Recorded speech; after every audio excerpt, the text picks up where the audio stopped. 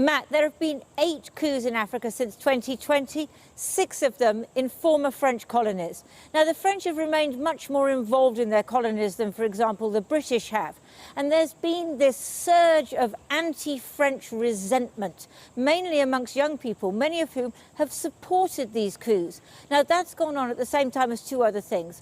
First, jihadi groups, Islamic State and Al-Qaeda gaining ground in Sahelian countries, and also Russia looking for new allies, partly because it's lost so many because of the war in Ukraine. That means that Russia is here in this part of Africa looking to increase its influence. So the coup here in Niger, it's not just something that happens in Africa. This has global implications. Who would have thought that the aftermath of a coup would lead to such an outpouring of enthusiasm? At least amongst supporters of the military takeover in Niger and those who want to prove their loyalty.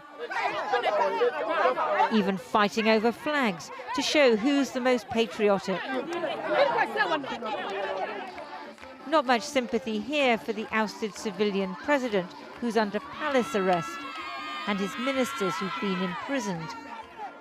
The perennial problems of corruption, insecurity and poverty can now all be blamed on the ancien régime. Nous sommes dans le bon chemin de résoudre ça puisqu'on a commencé à emprisonner ceux qui ont bouffé l'argent du Niger, l'argent des pauvres.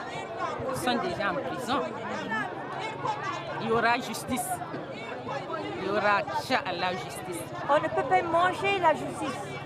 Non, on ne peut pas manger la justice, mais quand même, les pauvres auront maintenant leur part dans la gestion. Ils auront leur mot dans la gestion. Avant la France, avant Macron, tous unis, vive le Niger!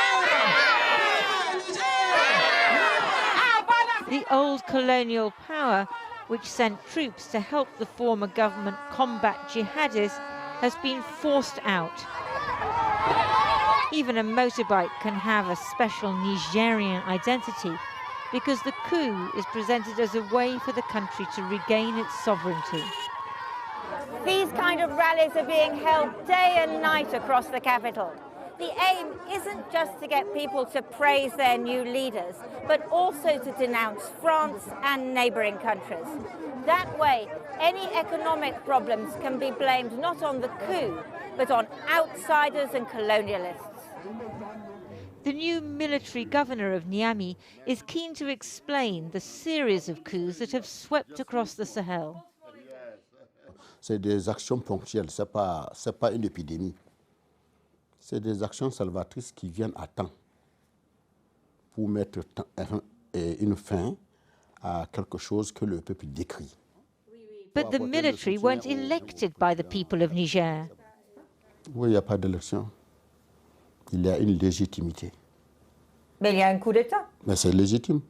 Pourquoi? Mais parce que c'est légitime, c'est le peuple qui le veut. To bolster the argument, enter an influential Pan-African activist, reportedly funded by Russia's Wagner Group. Where are you from? Channel 4, Britain. I hope you will not demonize us. That is true. I know European media. Kemi Seba styles himself on Malcolm X and supports the coup in Niger as he did that in neighbouring Mali, which has welcomed Wagner Group fighters to combat the jihadis. Le Niger appartient aux Nigériens et l'Afrique appartient aux Africains.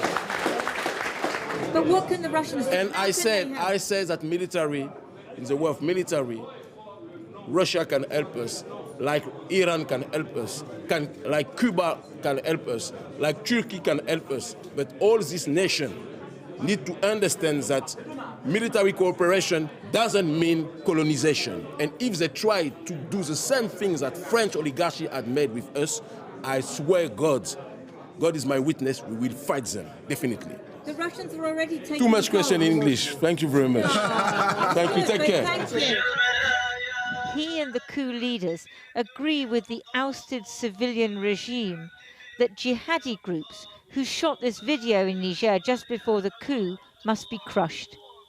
Niger hasn't invited the Russians to help, but may yet do so, even though in neighbouring Mali the jihadis have only grown stronger after 2 coups, the withdrawal of the French and the intervention of the Wagner Group.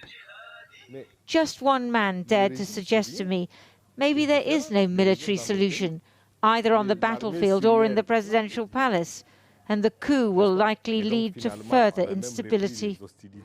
Un pouvoir militaire est forcément pire qu'une démocratie, ça, la question ne se pose même pas. Un pouvoir militaire ne peut pas être plus efficace, ça c'est certain. Et je pense qu'on est en train de se tromper très lourdement et on risque de le payer très cher. Et donc parce que ce qui est en train de se passer, c'est qu'on va avoir des régimes militaires qui vont vouloir s'installer de façon durable.